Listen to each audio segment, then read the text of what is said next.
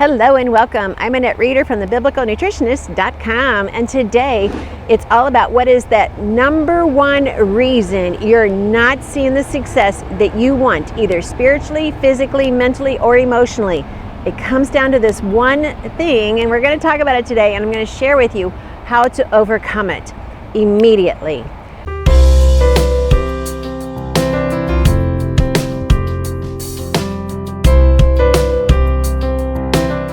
Thank you for letting me share with you God's recipe for excellent health with the number one ingredient: God loves you.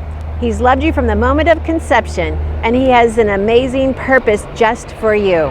The number one reason that you are not seeing the success you want, either in your health or your weight or your mental wellness, mental fitness, your spiritual walk with the Lord, is because of a four-letter word. I'm going to tell you what this four-letter word is, but you already know it, but you may be afraid, there we go again, afraid to admit it. I kind of just let the cat out of the bag. It is fear. We live in a world of comfort. You may say, no, this world's crazy. It is, it's chaotic, but yet we are always trying to stay in our comfortableness, and we're afraid, there's that word again, to get out of that comfortableness. So a person who binge eats, in all the horrorness of what binge eating does to your body, mentally, physically, and emotionally, not to mention spiritually, it's a disconnect, but yet the fear of walking away from that food binge, it's totally fear. People who are in a job that is just a dead end, the fear of changing. People are at a church that's like, hey, this church is not preaching God's word, but you've been here so many years. The fear of changing. So the bottom line reason why we struggle so much is because of the word fear. I'm going to give you how to overcome this really quickly too. But list for me on a piece of paper, what are all of the changes you would love to see take place in your life, physically, spiritually, mentally, and emotionally? And then go back and say, well, why am I afraid to make this change? I claim it every day. Today I'm going to start this. And then tomorrow comes, yeah, okay, I'll start today. Rhonda Carroll, one of our coaches in the Inner Circle, she has her own story about the Monday diet. Well, I'll start again on Monday. Well, then that day comes, it's like, well, but we've got this event coming up. I'll start next Monday. And then the diet sodas come in, everything comes in. I'll start the next Monday. It's called the Monday diet. Well, we apply the Monday diet to everything in our life that we are afraid of stepping into. I want to challenge you, write down every goal that you have, every vision that you have, every dream that you have, and then next to it, why are you not reaching those goals? And then just seek the Lord, say, Lord, where is the fear that I'm hanging on to? And as crazy as it is, we hang on to fear for comfort. I know, that doesn't make any sense, but we do it. So here's the answer. In Scripture, in 2 Corinthians 10:5, now I'm going to put the Scripture up here on the screen for you to read it. It talks about how and I'm going to paraphrase, but talks about how we have to take, and we have to stop arguing and stop being prideful, and we have to start letting go. And we have to take every thought captive for the glory of God. I'm totally paraphrasing. I got the scripture on the screen for you to see the accuracy of the scripture, but I'm just paraphrasing. So sometimes in some scriptures, some translations, it says we have to tear down those walls. We have to pull them down. So I want you to just write that word fear of whatever is holding you back, and I just want you to write it down, and then I want you to rip it up. We are to demolish. We are to disengage.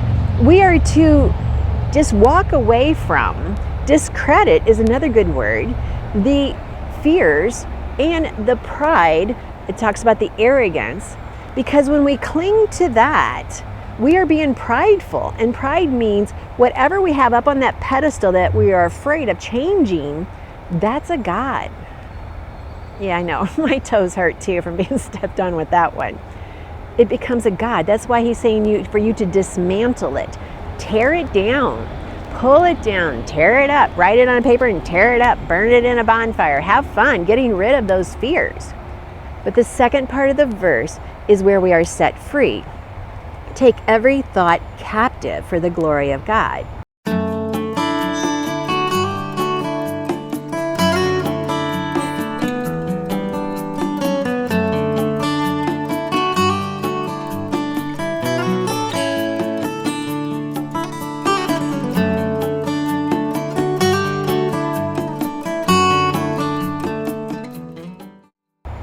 I was in a conference this week. Actually, I'm here in the Blue Ridge Mountains doing this video.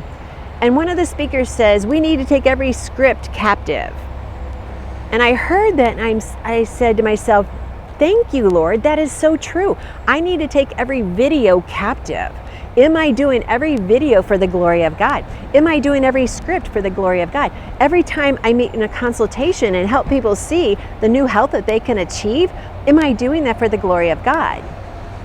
And when I go to the inner circle and we do coaching every week, as a group, but yet it's personal, am I doing that for the glory of God? Am I taking every coaching session captive and making sure there's no pride, no arrogance? Oops, that didn't belong here. Oops, that didn't belong here. No, because I want this to be for the glory of God. So if you are a binge eater, I want you to see that in your hands and say, you know what, Lord, that's not of you. That's arrogance, that I need food before I need you. If you are a smoker, that's arrogance, that's prideful. Smoking is now up here and God's down here. No, you are to cast that out. Take every thought captive. Is it glorifying God? Because every decision we make is based on a belief. You believe those cigarettes are too hard to give up. You believe eating sugar is too hard to give up. You believe that having an abortion is the answer. So every behavior is based on a belief. And God's saying, hey, take every thought captive, every belief you have, and bring it to the glory of Christ. And then when we are separated from those fears of change, fears of letting God, we see the transparency of how all along He has wanted to heal you in this area, but He was waiting for you to break free of it. Get it off that pedestal. Worship God. That's what He's called us to do. So yes, my toes hurt during that sermon. I have to make sure everything I'm bringing to you, I have made mistakes. And I have to say, wow, what was the reason behind that belief? Because in our inner circle coaching, we teach you about your beliefs lead to your behavior. So is that the behavior you want to do? Is that the behavior giving God the glory? Because that leads to the blessings, or as Scripture says, or the curse. And we are always going to have that curse in our life if we are not being obedient to Christ. And the verses go on in this chapter about discipline. And I just as I turned off the radio to come do this video, the preacher was saying, are we exercising discipline so much that we are becoming so strong in the Lord? And I thought, well, there might be a few areas in my life I need to discipline better. Yet He's right. Are we disciplining ourselves? Well, we discipline ourselves when we go back to every thought, every belief, and we say, am I thinking that in fear, or am I thinking that in freedom? Freedom for the glory of God. I hope that I am challenging you today, because we have really fine-tuned our mission here at the Biblical Nutritionist. We are a nonprofit, we're a 501c3, and it's all about building a ministry for you. Our ministry is this, it's to make sure you, everyone who's watching this in all 250 countries, I know that's so exciting, understands that God loves you and desires a personal relationship with you. That's your thought that you need to take captive. But number 2, we are here to help you take back your health from the enemy and to finish this race strong. The number one thing to do that is to take every thought captive. Is that glorifying God, or is that being clothed in fear? And those clothes are just going to make you sink to the bottom, and you're not going to see the purposes that God has you for. So take this challenge. Your beliefs lead to your behavior, which leads to the blessing or the curse. Take this challenge. take every thought captive, and let's start exercising our discipline in all areas of our life, and together share in your comments how you are disciplining yourself for the glory of God. I can't wait to read your comments. Thanks for supporting this ministry. And if you want to help support us as we build the Biblical Wellness Ministry, which is where we're going to train people in all churches in every state and every country how to build their own Biblical Wellness Ministry. We will look forward to having you support us in prayer, and if you can, to help us financially to make this happen. We are a nonprofit to serve you and everyone God's recipe for excellent health. Thanks for watching. It is finally here, my latest book, and this is such a treasure. I am so excited about this book, 7 Foods of the Promised Land. Why these 7 foods? Does it really matter? Why didn't he choose broccoli? You know how I teach about that. But no, these 7 foods are so specific.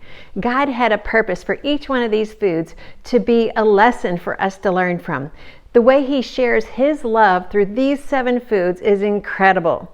Not only how nutritious they are for us, but how delicious they are for us and how spiritually encouraging they are for us. I can't wait for you to get your hands on my new book, 7 Foods of the Promised Land. Be sure and check out any of your retailers. It's available everywhere, even on my website.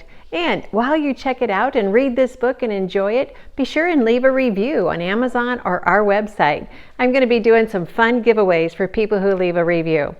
Thanks for watching, and I really want you to check out 7 Foods of the Promised Land.